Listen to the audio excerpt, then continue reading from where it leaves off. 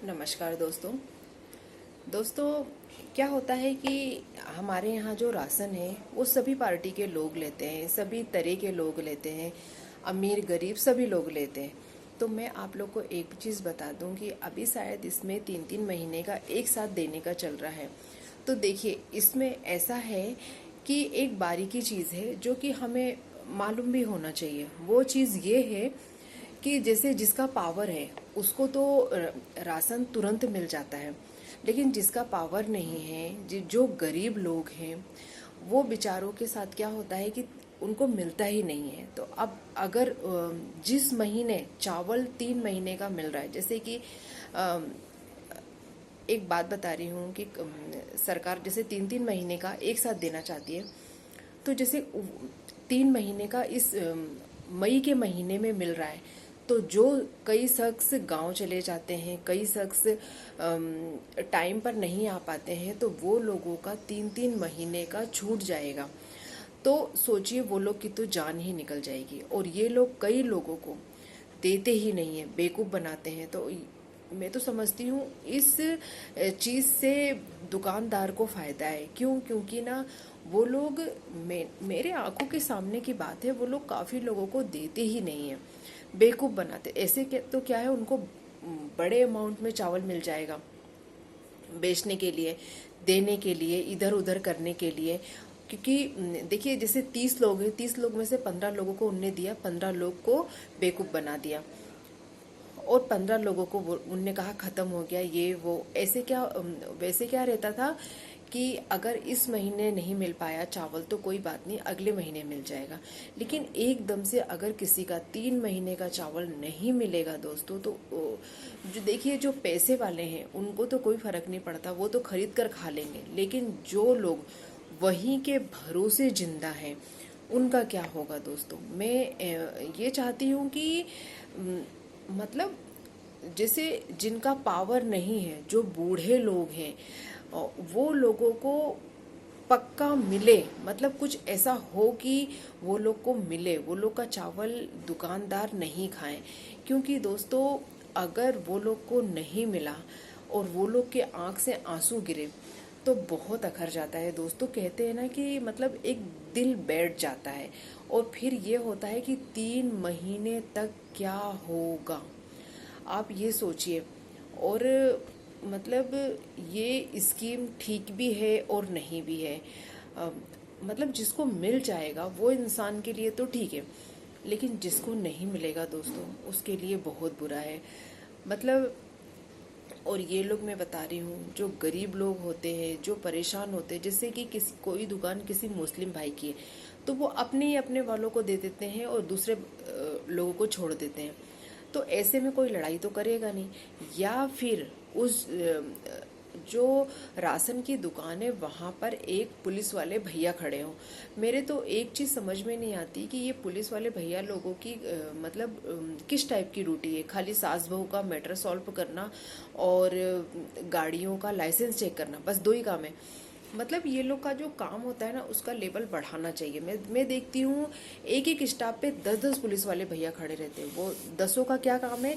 केवल licence check करना, गाड़ियाँ देखना। अरे यार, 5 लोग देख लो ना, 5 लोग जो हो किसी और काम में अटेंड कर लो। तो ये चीज़ जो है हमारे देश में, मैं मुझे पुलिस वाले भैया लोगों का काम आज तक समझ में नहीं आया।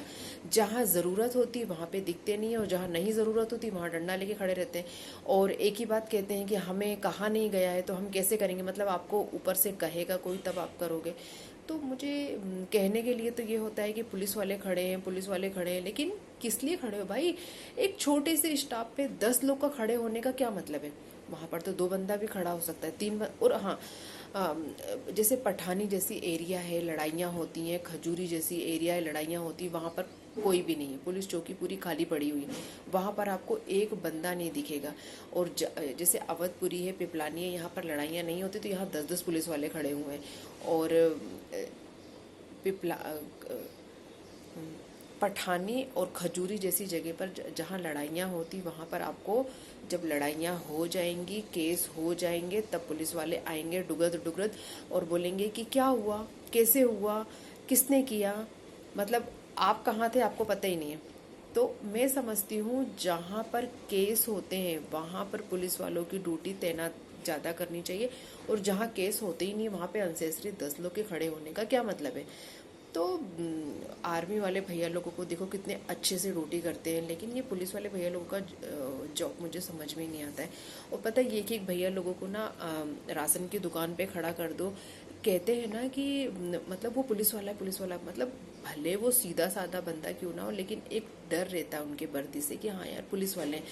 तो दोस्तों अगर ये लोग, उनकी ड्यूटी राशन के दुकान पर भी लगा दी जाएगी ना, तो एक डर बैठेगा। जैसे बूढ़ी अम्मा लोगों को वो लोग बोल देते हैं कि जाओ कल आना, और कल दूसरे दिन क्या उनका राशन तो गया 3 महीने का। तो दोस्तों मैं समझती हूँ कि ये स्कीम ठीक भी है, नहीं है, पक्का वो आंटी लोगों को मिलना चाहिए, क्योंकि इतनी अच्छी अच्छी आंटियाँ रहती हैं, इतनी बूढ़ी बूढ़ी आंटियाँ रहती हैं, बेटा बेटा करती रहती हैं, और अगर उनको नहीं मिला तो बहुत दुख होगा दोस्तों, और बहुत बुरा। मतलब मैं चाहती हूँ कि कुछ इस टाइप से हो कि वो लोग का जो प्रूफ है सरकार तक जाए कि वाकई में ये लोग को मिला है, और अगर नहीं मिला है तो भी सरकार तक जाए कि हाँ ये बंदे को नहीं मिला है, ताकि सरकार पकड़ सके कि हाँ इस बंदे को आपने क्यों नहीं दिया। क्योंकि दोस्तों आपको पता नहीं है दुआओं में कितनी ताकत होती है। जो गरीब लोग हैं ना बहुत दुआ देते हैं बीजेपी को, और मेरे को मैडम हमको नहीं मिला, मैडम हमको, मैं क्या करूं, मैं किसके पास जाऊं, कैसे बोलूं कि मतलब इस दे दो। तो दोस्तों अभी अगर 3-3 महीने का देना है तो मैं समझती हूँ कि जिसको नहीं मिल रहा है उसकी कंप्लेंट डायरेक्ट पहुंचनी चाहिए कि हाँ भाई इसको क्यों नहीं मिला। तो उसकी कंप्लेंट डायरेक्ट पहुंचनी चाहिए, और ये जो दुकान वाले हैं ना इनके जेब में नहीं जाना चाहिए, क्योंकि मुझे 100% पता है कि ये लोग नहीं देंगे और बेच देंगे। क्योंकि दोस्तों बहुत गरीब लोग हैं, इतने गरीब लोग होते हैं ना कि उनकी चप्पलें तक ढंग की नहीं होती हैं। मैं वो लोग के लिए ना पुराने कपड़े कभी चप्पलें लेकर जाती हूँ, और वो आंटी लोगों को जब मुझे पता है कि यहाँ पर आएंगे तो मैं दे देती हूँ। क्या होता है ना दोस्तों कि कभी का जो कर्म होता है ना वो घूम फिर के हमारे पास आता है। हमको भगवान ने दिया है तो किसी को दे दो। देखिए वो इंसान आपसे मांग नहीं रहा है, लेकिन एक आपके काम का नहीं है तो आपने दे दिया। तो मुझे वही लग रहा था कि अगर ये बेचारों को नहीं मिलेगा तो वो लोग तो मेरी जान ही खा जाएंगे। मैडम हम क्या करें, मैडम हम क्या करें। और यहाँ पे अरे वो कंप्लेन करते हैं ना, मुझे नाम नहीं आ रहा है,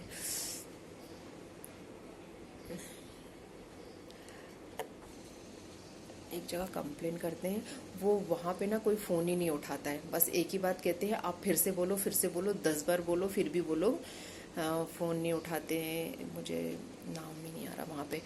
तो मैं यही कहूँगी सरकार से कि ये लोग को पक्का मिलना चाहिए। कुछ स्कीम ऐसी बनाओ, मतलब देखिए दुकान पर मैं खड़े होकर के देखती हूँ, जिसका पावर है ना आप आ जाइए, उसको फटाक से भर करके दे देंगे। और जो शक्कर है, शक्कर जो होती है वो पीले कार्ड वालों को मिलती है। तो ये लोग क्या करते हैं, अपने अपने वालों को बोलते हैं खड़े रहो मैं भी दे रहा हूँ।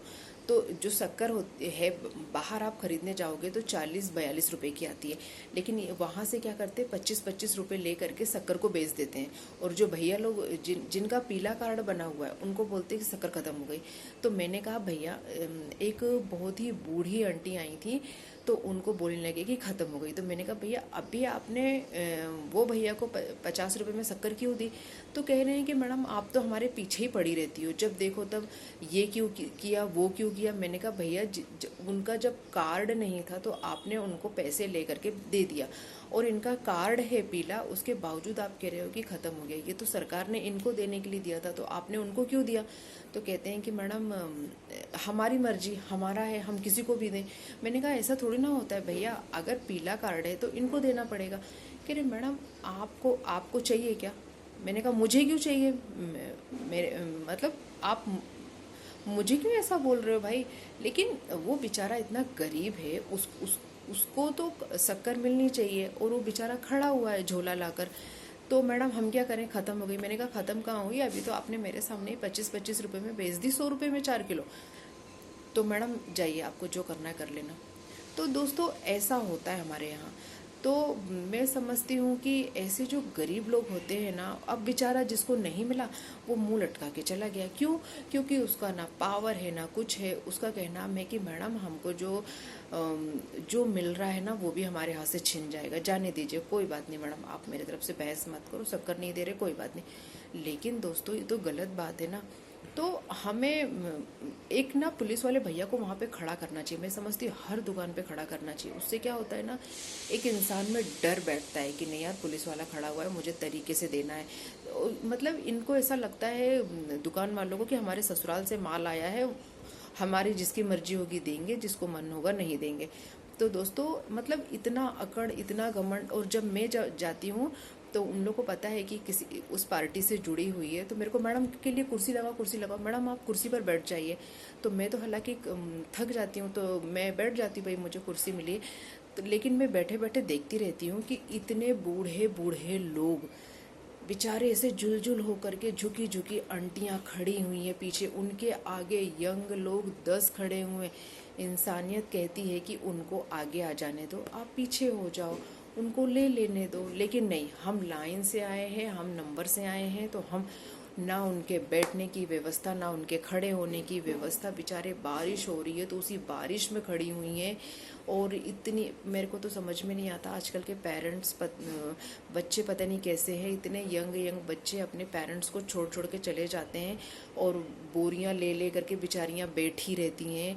और फिर मोबाइल भी नहीं रहता उनके पास, दूसरों से फ़ोन लगवाती हैं, आधे आधे घंटे तक बैठी रहती हैं बोरी लेकर। फिर बच्चे आते हैं उनको ले करके जाते हैं। पता नहीं कि आजकल के बच्चे कैसे हैं जो अपने पेरेंट्स के लिए आधे घंटे भी नहीं निकाल सकते। मतलब साथ में आओ, आधे घंटे तो लगेंगे, ले करके साथ में चले जाओ। बेचारी बूढ़ी औरत ले रही है। तो आजकल के बच्चों में भी मैंने देखा इंसानियत नहीं है। इतना कौन सा ज़रूरी काम है कि आप एक दिन के लिए आधा घंटा नहीं निकाल पा रहे हो। लेकिन यही है ना कि आप समाज सेवा कितना करोगे, आपको खुद ही डांट पड़ जाएगी कि मैडम आप अपने काम से काम रखो। मैं देखती हूँ ना तो मुझे बहुत ही बुरा लगता है कि मैं फिर कभी कभी कह भी देती हूँ कि भैया ये आंटी ना 1 घंटे से बैठी हुई है, आपको आ जाना चाहिए था। अरे मैडम काम रहता है, कोई फालतू नहीं है हम जो आ जाएं। भैया एक दिन तो आप थोड़ा सा टाइम निकाल सकते हो। मैडम हम अपना देख लेंगे, आप अपना देखो। तो आजकल किसी को सलाह भी देना ठीक नहीं है। तो मैं ये समझती हूँ दोस्तों कि अगर किसी को ना मिले तो प्लीज़ उसकी ऐसी, मतलब कंप्लेंट का ऐसा होना चाहिए कि वो अटेंड हो और उसको मिले। क्योंकि बहुत गरीब लोग होते हैं दोस्तों। मैंने देखा है, एक आंटी 60 क्वार्टर में है, उनके उनके बेटा और बेटी दोनों हैं। लेकिन बेटा बेटी दोनों ने छोड़ दिया, अंकल और आंटी रहते हैं। वो लोग इसी राशन के भरोसे रहते हैं। वो अंकल बहुत ही बूढ़े हैं, आंटी भी बहुत बूढ़ी हैं। अंकल ज़्यादा बूढ़े हैं, आंटी थोड़ी सी यंग है। तो आंटी चक्की तक आ जाती हैं, बेचारी ले करके जाती हैं और फिर मतलब खुद ही पिसवाती हैं और फिर दोनों खाते हैं। अगर ऐसे में वो लोग को नहीं मिलेगा तो कितना अखर जाएगा दोस्तों। तो अगर 3-3 महीने का एक साथ मिल रहा है तो मैं समझती हूँ सबको मिलना चाहिए, किसी का भी छूटना नहीं चाहिए। क्योंकि अगर ये दुकान वाले इतना घुमाते हैं, इतना घुमाते हैं कि मैं आप लोग को बता नहीं सकती हूँ। और मेरे को बोलेंगे मैडम आप बैठ जाइए, मैडम आप जल्दी ले लीजिए, मैडम आपका टाइम हो रहा आप जाइए। तो ऐसा होता है। मतलब जो बेचारा बेवकूफ़ खड़ा हुआ है तो खड़ा ही रह जाता है। तो अगर मैं चाहती हूँ कि देखिए हमेशा हम माता रानी की दुआ से इतनी बड़ी बड़ी प्रॉब्लम बीजेपी की सॉल्व होती जा रही है, हर चीज़ अच्छे से होता जा रहा है, किसी ना किसी का के आशीर्वाद से। कर्मा देखिए आगे आता है। तो मैं समझती हूँ कि हमें ये जो राशन का जो है ना वो ऐसा करना चाहिए कि हर एक को मिले, किसी को भी छूटे नहीं, सबको मिले। क्योंकि दोस्तों बहुत गरीब लोग लेते, बहुत गरीब लोग। और अगर एक आध का भी छूटा ना तो आप सोचिए 3 महीने का राशन अगर दुकानदार बेचेगा तो उसको कितना बड़ा बड़ा प्रॉफिट होगा। तो मैं पूरी कोशिश करती हूँ कि ये लोगों के हाथ में राशन गरीबों का नहीं जाना चाहिए। और कुछ तो ऐसा तोड़ निकालना चाहिए कि सबको मिले दोस्तों। बहुत गरीब जो होते हैं ना बहुत अच्छे होते हैं, उनकी आंख से आंसू निकल जाता है, बहुत ही दुख होता है। और इतनी दुआएं देते हैं दोस्तों, इतनी दुआएं। देखिए हमारा काम है सही के रास्ते पर चलना और अच्छा करना। दूसरी पार्टी वाले हमारे बारे में क्या कह रहे हैं, क्या सोच रहे हैं, ये उनकी थिंकिंग है। वो लटके थे, लटके हैं और लटके ही रहेंगे। और हमें देखिए भगवान और दिमाग देता जा रहा है कि तुम ये करो तो जनता को पकड़ लोगे, वो करो तो जनता को पकड़ लोगे, क्योंकि भगवान को भी विश्वास है ना कि ये जो पार्टी है अच्छी पार्टी है। दोस्तों, अगर हमें एक रोटी भी मिले ना तो हमें बांट कर खाना चाहिए। आप देखना, कभी भी एक रोटी अगर आपने अकेले खा ली ना तो आपको हजम नहीं होगा। मैं तो एक चीज़ आजमा चुकी हूँ कि अगर जैसे कभी भी मुझे इस टाइप का ना हजम ही नहीं होता है, मतलब एक अजीब सा लगता है कि नहीं यार, कहीं ना कहीं गलत है। जो भगवान के सही बंदे होते हैं ना, वो ये सारी चीज़ें बर्दाश्त नहीं कर सकते हैं। तो मैं समझती हूँ कि हमेशा इनका हाथ हमारे सर पर हो, ये हमेशा हमें वोटिंग करते रहें, हमें हमें एक जो सिलसिला है इनसे जुड़ा रहे, क्योंकि काफ़ी चीज़ों से हमने इन्हें पकड़ रखा है। तो अगर मैं समझती हूँ कि अगर राशन का जो काफ़ी लोगों को तो यही हार्ट अटैक हो रहा है कि मैडम अगर 3 महीने का नहीं मिला तो नहीं मिला तो, क्योंकि वाकई में अगर 1 महीने का नहीं मिलता है तो इंसान बर्दाश्त कर लेता है कि चलो किसी से कर्जा वर्जा ले करके खरीद के खा लेंगे, दूसरे महीने तो मिलना ही है। लेकिन अगर 3 महीने का नहीं मिला तो दोस्तों, मतलब गरीब लोग बहुत अच्छे होते हैं, सबको मिलना चाहिए। सभी बहुत अच्छे होते हैं, बीजेपी के भरोसे ही पल रहे हैं। जिसने भी ये दिमाग दिया, भगवान उसको बहुत लंबी उम्र दे।